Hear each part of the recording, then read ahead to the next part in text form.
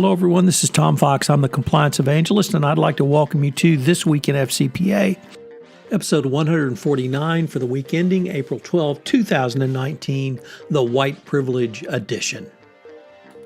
First, a word from our sponsor, Affiliated Monitors. Founded in 2004, Affiliated Monitors provides professional, independent integrity monitoring and ethics and compliance assessments nationally and internationally and across almost all industries. With its knowledge of effective ethics and compliance programs and cultures, Affiliated Monitor is respected for its work as the corporate monitor on matters ranging from multinational corporations to small and mid-sized companies and even individuals. Having served in over 750 monitorships, no one has more experience as an independent monitor than the team at Affiliated Monitors. For more information on how an independent monitor can help improve your company's ethics and compliance program, visit our sponsor, Affiliated Monitors, at www.affiliatedmonitors.com. In this episode, we take a deep dive into the Varsity Blues scandal, those who pled guilty, those who are now indicted with money laundering, and, of course, the issue of white privilege. We ask, does your company lack integrity? Citing a blog post by Mike Volkov. We look at Standard Chartered joining the $1 billion fine club. We consider the intersection of due diligence and artificial intelligence, and whether OFAC enforcement action demonstrates the need for pre-acquisition due diligence from the OFAC perspective. We consider what is ethical AI. Are there shifting reasons for FCPA enforcement? What are the risks for investors in Uber? We highlight my 5-part podcast series this week on Shakespeare and compliance. This is Tom Fox. This Week in FCPA is a part of the Compliance Podcast Network. Hello, everyone. This is Tom Fox, the Compliance Evangelist, back with Jay Rose and Mr. Monitors for This Week in FCPA, Episode 149 for the week ending April 12, 2019, the White Privilege Edition. After a week's hiatus, Jay and I are back. While debating white privilege and the Varsity Blues scandal, we also take a look at some of the other of the week's top compliance and ethics stories which caught our collective eye. So, Jay, welcome.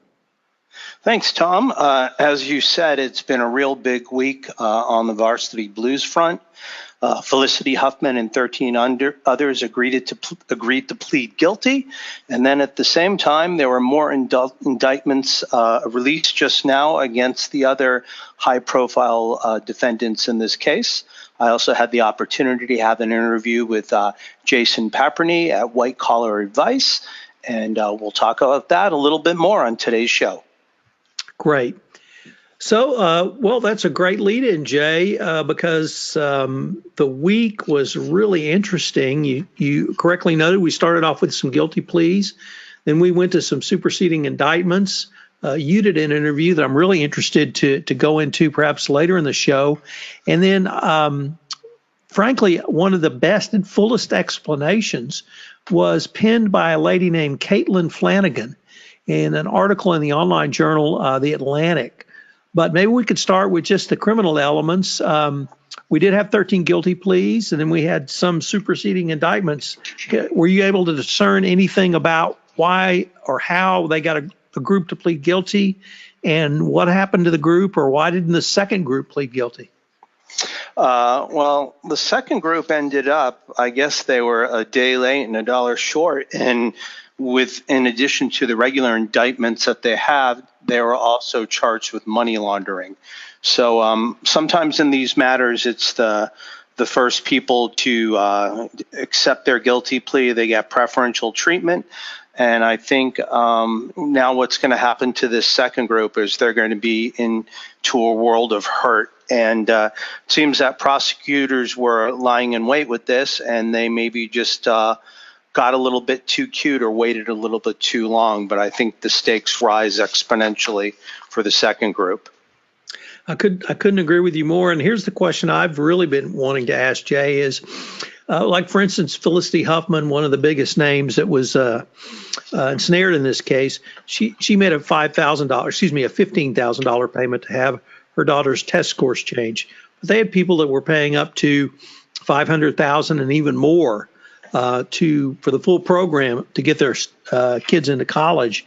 And so if you gave that much money, one of the scams was it was paid to a nonprofit organization, and then that nonprofit would distribute the money out as bribe payments. I wonder if anybody took a tax deduction for a payment to a nonprofit, because that would be tax fraud. So in addition to the money laundering, Dick Casson had a fabulous article about this second component on the money laundering today that we'll link to in the show notes. But you're absolutely right. This case is, we'll just have to maybe talk about it a little bit later at the end of the show, because Mike Volkov had a great little post, and it was entitled 5 Signs Your Company Lacks Integrity.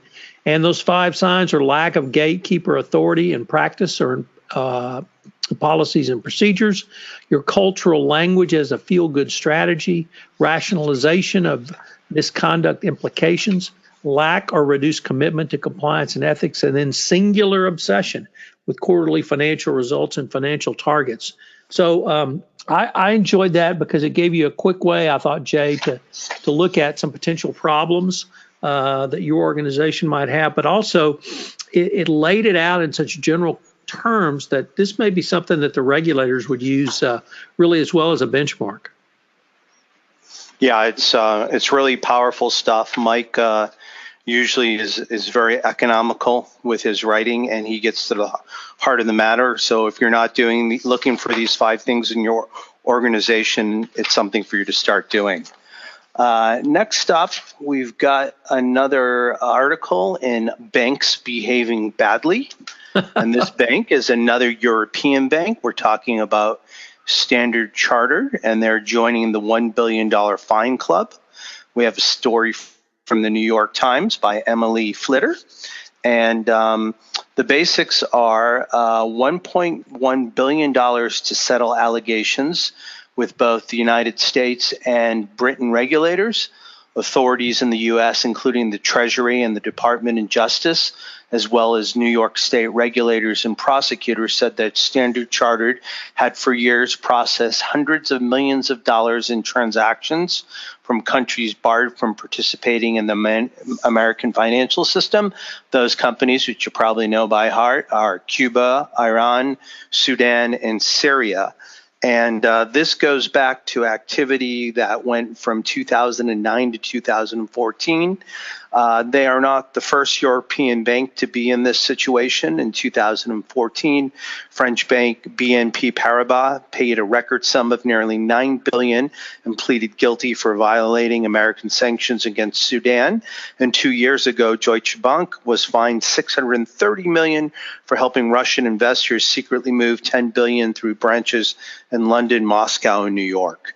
So this is something that it was interesting that Wei Chen, who used to work at Standard Chartered, she was the first person that I saw do a post on this for LinkedIn. So normally, if you were talking, I would be yelling out my recidivist, and that's what we got here.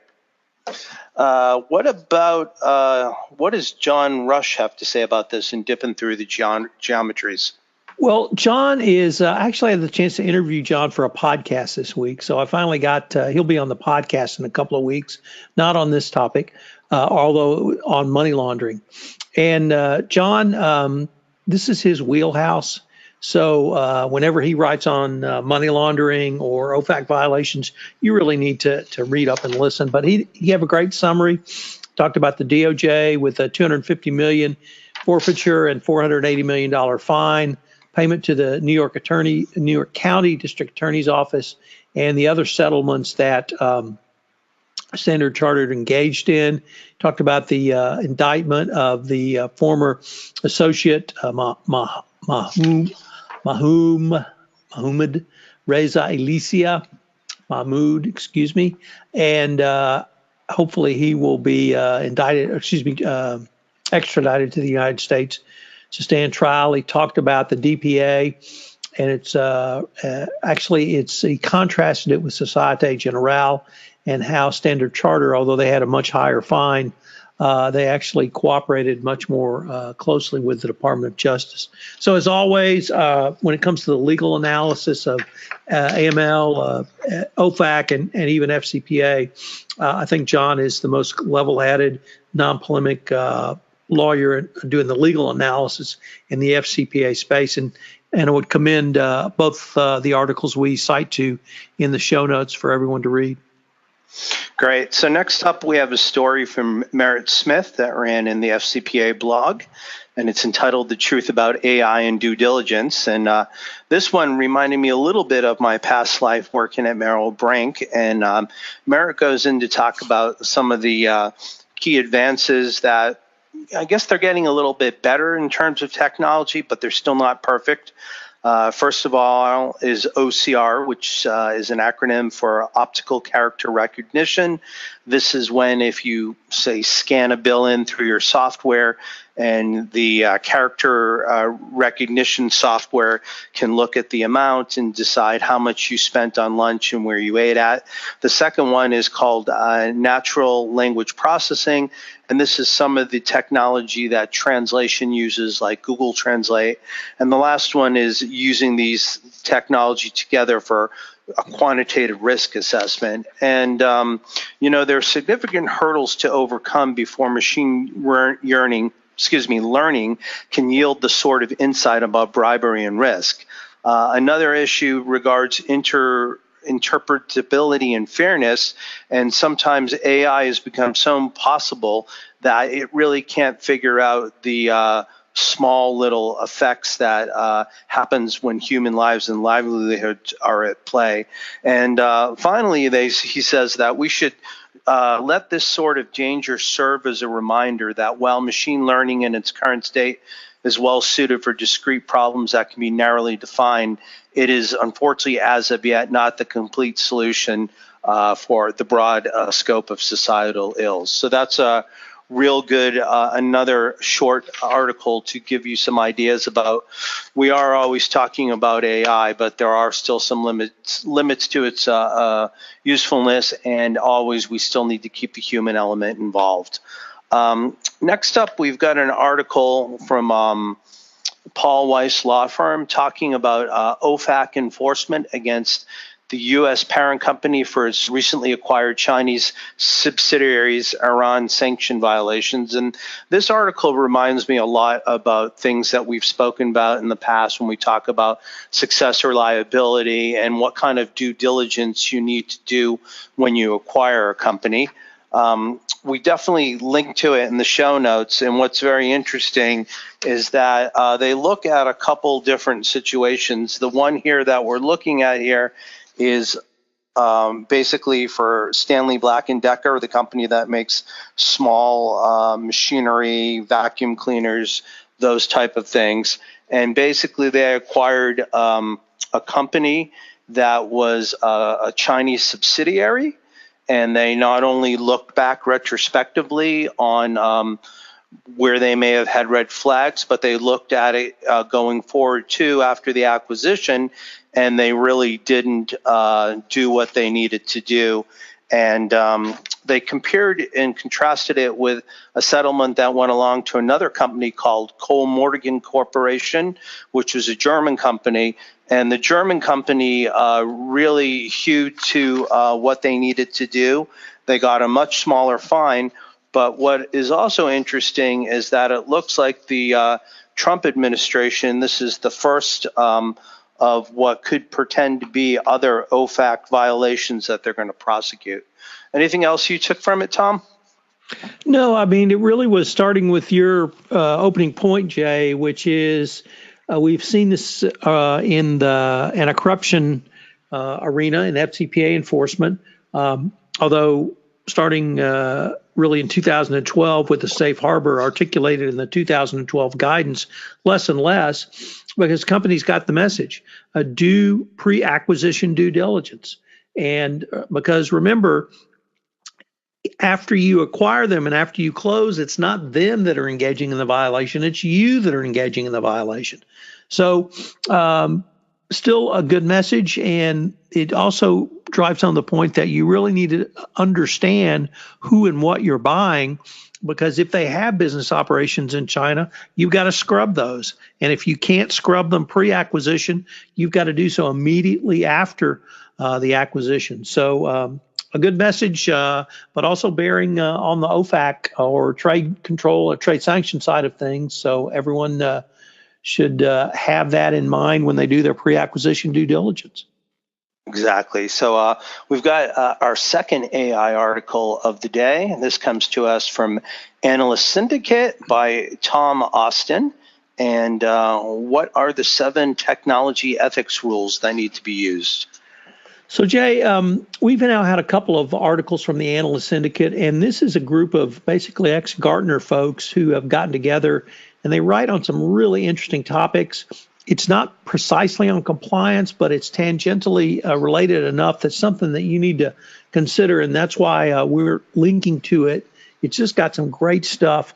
And this article is Tom Austin, and we probably should have paired this with Merritt Smith's article, but Tom really lays out some ethics rules to consider around technology, and this should be used by anyone utilizing technology. And I just thought that was so powerful that I wanted to run through them quickly. Number one, apply these rules to all systems. So that ties directly into not only transparency in a compliance program, but consistency. Force practical ethics issues into public visibility, because always remember, sunshine is the greatest disinfectant. Number 3, use the full range of approaches to deal with biases.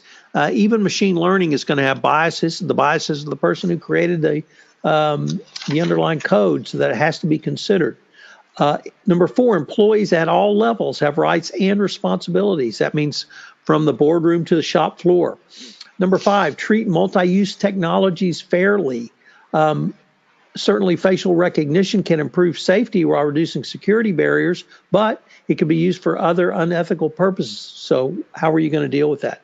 Government cooperation. A business can choose to do, a company can choose to do the business with the government or choose not to. And we've certainly seen that recently from Microsoft, Google, and other companies whose employees have really objected to that. And then finally, and this is not only the ultimate message, but frankly, it's a message that Affiliated Monitors really speaks to quite a bit. Your colleagues, Jay, culture counts. Having values and ethics is great, but they only mean something if they're adhered to when it seems to go against the direct interest of the organization. So if your culture is an ethical culture, if your culture is one of sunshine and transparency, if your culture is one of consistency in the way you treat people and different programs, that's going to help you going forward. So I really thought this was a great article, and I think everyone should consider these, particularly in the compliance space, because companies are going to internally look at their compliance to make sure that they're doing it better than really any other part of the company. Good stuff. Next up, this is a real interesting article. I think this is one of my favorite ones of the bunch this week, and it comes to us from Kevin Keller on the Global Anti-Corruption blog. And last November, Jeff Sessions announced the creation of a new Department of Justice China initiative. The main focus of this was not corruption, but rather the theft of intellectual property by Chinese corporations, as was detailed in a 200-page report published by the Office of U.S. Trade Representatives in March in 2008. And they basically want to identify Foreign Corrupt Practices Act, FCPA cases, involving Chinese companies that compete with American businesses. So from this initial statement, it appears that they are using FCPA matters as basically a tool to go after Chinese companies, and just Chinese companies who are competing with American businesses. And the first thing they're looking at is IP. Now, this is really different than the way the statute was initially described when it came out in 1977. And basically, the Congress at the time when this was passed said that the FCPA was there to protect businesses that play fair and to promote good business practices. Then this changed focus 20 years later in the 90s when they started to really enforce the FCPA again. And then at that point, they said the primary policy goal was to improve relations with foreign countries and to work together to prosecute corruption. So we've gone through something that was, first of all, number one, to smooth out the business climate and to re-engage and have a spirit of fair play with our global trading partners. And then now we looked at something where we're trying to have a range of working together against anti-corruption. And now this is being used as a very blunt tool against our business, little bit of a situation now with China, where we are trying to call the Chinese and get them to play fair in terms of international trade. So I think it's a real interesting article, and although it's very succinct, it calls together and takes a look at what's happened in terms of foreign corruption enforcement over the last 40 years. Good stuff, Jay. So we had a really interesting article that we linked to, Jay, in the Financial Times that talked about Uber. And I think in terms of investments, or rather people investing and the going public, obviously everyone has their eye on Uber. Lyft has gone public. And one of the things that is going to be most interesting is Uber has to disclose enough information about pending lawsuits, government investigations, issues dating back to its prior CEO, Travis Kalanick, his hard-charging ways, and the way the company conducted business previously. And given the previous CEO and the history, there are going to be more risk factors. Are those going to be enough to drive down the value of Uber? Or in the case of Lyft, at least at the initial offering, none of those factors really mattered. So a lot of legal baggage on the road to the IPO. It's going to be interesting to see what Uber discloses. Will those disclosures be robust enough, or will they scare any investors away, Jay? So is there a way to, in your opinion, which do you think are the greatest risks here? Because it's a whole potpourri of legal actions, but what do you think are the ones that could be the most damaging to getting the valuation that they want? Well, that really could be hard to say. I suppose the biggest valuation would be some sort of change in the employment status of the Uber drivers in either literally across the United States or in Europe. If that happens and the low-cost model somehow changes, that could dramatically impact Uber's ability to make money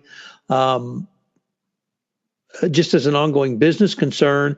The sexist and toxic work environments, I believe I know they're trying to change these, and I think they are changing these.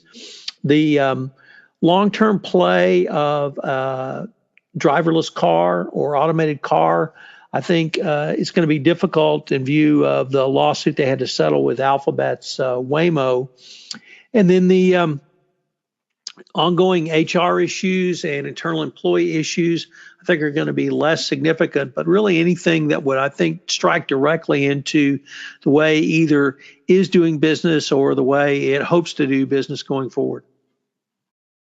Yeah, I think if they had their druthers, they wouldn't want any of those things on their public record, but it is there. Tom, we are now to the part of the podcast where we talk about your week-long podcast series. What did you talk about this week? So, Jay, I had a lot of fun this week because a couple of weeks ago, my wife and I went to New York to see Glenda Jackson and King Lear, and it was a very different, unique interpretation of the king, obviously starting with a woman as King Lear, but it was different in staging. It was different. It had music in it. It was different because one woman played the role of both Cordelia and the Fool. We had lighting that was unique.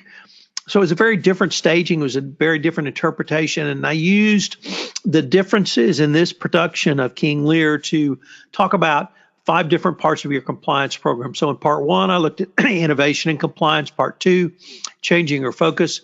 Part 3, engaging your audience. Part 4, how do you have a different interpretation around compliance? And then 5, the fool.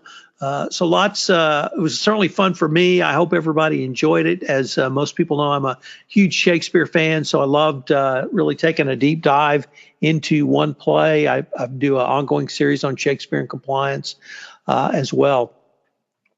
So Jay, I wanted to leave a little bit of time, and I think we have to really have some further thoughts on the Varsity Blues case. And I'd really like to start with your interview of Justin Paperny on that you posted this week on LinkedIn. And really, what was the genesis of your visiting with him, and what were your takeaways from that article? Sure.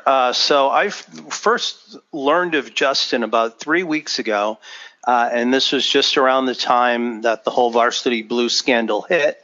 And he was on our local radio station, the NPR station here, KCRW, and he started to talk about his background and how he got into forming his company and his consultancy. And basically, Justin was fired from UBS Financial Services in January of 2005 for his role in aiding and abetting a client's fraud. And rather than accept responsibility for his actions, he lived in denial. He lied to his lawyers. He lied to the FBI. And as a result of those bad choices, he made matters even worse. And he was finally sentenced to 18 months in federal prison. And he surrendered to Taft Federal Prison Camp in 2008. And when he was on the inside, he started making relationships with other detainees or convicts, I guess. And he started to wonder, why he wasn't accountable and why did he make the decisions that he made. And he wanted to start trying to do something that would be helpful to other people who might be in similar circumstances.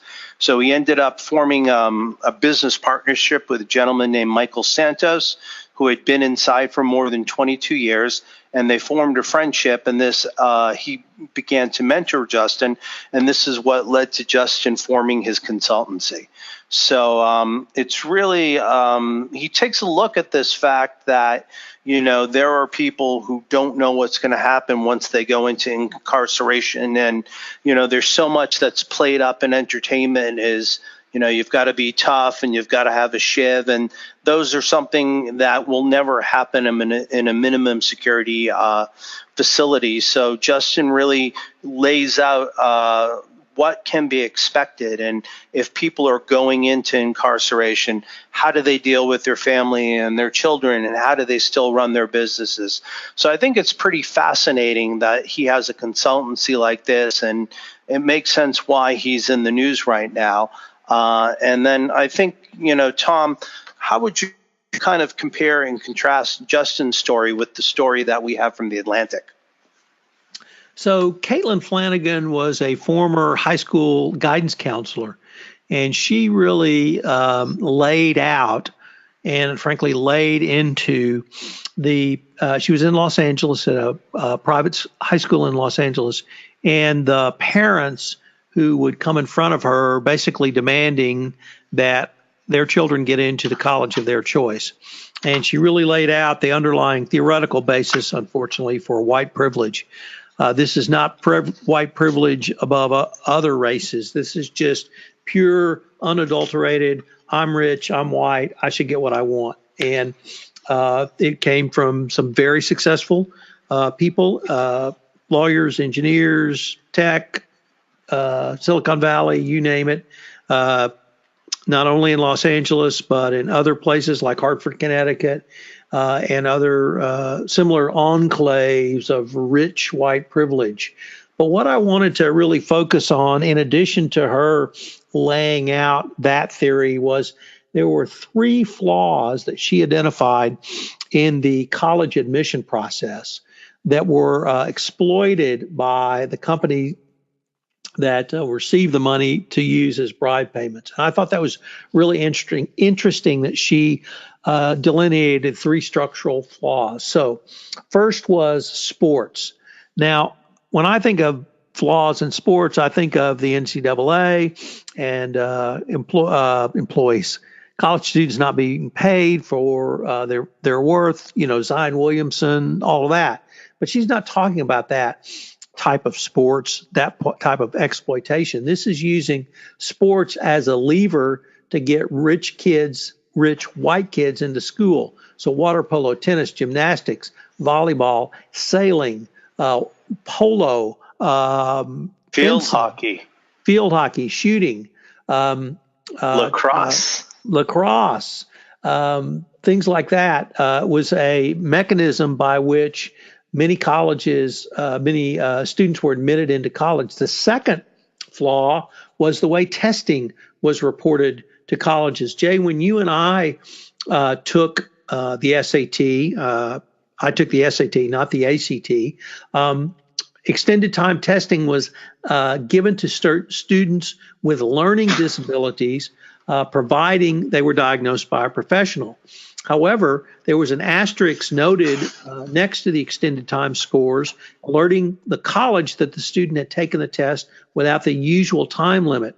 However, in the late 90s and early 2000s, this was found to violate the American with Disabilities Act because it allegedly discriminated against those disabled persons by identifying them specifically. So the testing companies dropped it. And this made it possible for anyone with enough money to get a diagnosis could have their children have up to 2 days instead of 4 hours to take the SAT. Finally, and this is the most interesting and perhaps most applicable for the compliance professional, that no one person or no one entity or no one department at it anywhere had visibility over the entire process. So there was no oversight. So when it came to things like essays, children are obviously have to turn in essays, but these could be doctored and written by others. So you have transcripts, test scores, and teacher recommendations that are never part of the children's hands. And when it gets on the university side, you had admissions counselors who are not looking at those who came in through sports programs who were allegedly given scholarships or even admitted on a sports program. So there was a huge lack of oversight to what Flanagan called broken saloon doors. So you had powers conferred on coaches, extended time testing, and the ease with which applications could be crammed with false information. And then you had businesses pop up to exploit this. So a real structural problem for universities, and an interesting way for the compliance practitioner to think about how could problems come up in your organization simply because you don't have oversight over all of the components. Yeah, I mean, there's just going to be more to come from here, and unfortunately, I guess in the middle of the week we don't have this as part of this, but my alma mater, the University of Pennsylvania, it was discovered that a former basketball player who was the coach of Penn also accepted bribes, and it was a situation where he was working with the son of a man who paid the bribes, who wanted to get his son considered to be on the Penn basketball team. So unfortunately, I think there's more and more dominoes that are going to fall, and higher education is really going to be under the spotlight now to figure out how can they come in, put some proper controls on this process. So once again, there will be a meritocracy. I think the other thing that's interesting in Caitlan's article is she makes a direct comparison between those people who kind of believe in the president's reasoning that they no longer have their jobs and they no longer have their place in an American society. And she sets up a syllogism here with these rich, entitled white folks who are worried about the slots in universities slipping away, and their kids don't have the same opportunity either. So it's two distinct populations on opposite sides of the ideological divide, who both seem to be feeling that a part of their American birthright is slipping away. So, Jay, before you take us home, we actually have some breaking news. It just popped up on my notice board that Uber has disclosed an FCPA investigation. As reported by Harry Casson over at the FCPA blog, Uber said that it is being investigated for potential FCPA violations, having received requests from the Department of Justice back in May 2017 for potential improper payments in Malaysia, China, and India. The investigation is ongoing, and the Uber says it's cooperating with the Department of Justice. Of course, no word about a potential fine, potential resolution, or potential monitor, but that could be something that could certainly impact Uber, particularly with the state of their compliance program going forward. Yeah. All right. Well, it's always fun to break something on a Thursday night when we're recording a day early. On behalf of Tom Fox, the compliance evangelist, and myself, Jay Rosen, Mr. Monitor, we'd like to thank you for joining us for This Week in the FCPA, episode 149 for the week ending April 12th, the White Privilege Edition. Thanks for joining us, and we'll see you again next week. Hello, everyone. This is Tom Fox again. I'd like to thank you for listening to this episode of This Week in FCPA. If you have any questions, you can email Jay at jrosen@affiliatedmonitors.com. I'm at tfox@tfoxlaw.com. I hope you'll join Jay and I again next week, where we take up some of the week's top compliance and ethics stories. This Week in FCPA is a part of the Compliance Podcast Network.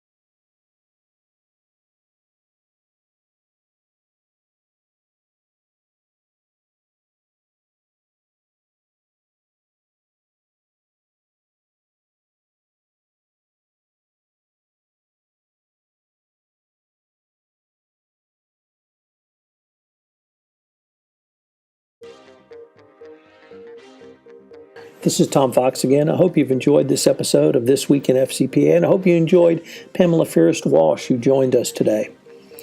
If you have any questions, you can email me at tfox@tfoxlaw.com. You can email Jay at jrosen@affiliatedmonitors.com. Hope you'll join Jay and I again next week, where we take a look at some of the week's top compliance and ethics stories. This Week in FCPA is a presentation of the Compliance Podcast Network.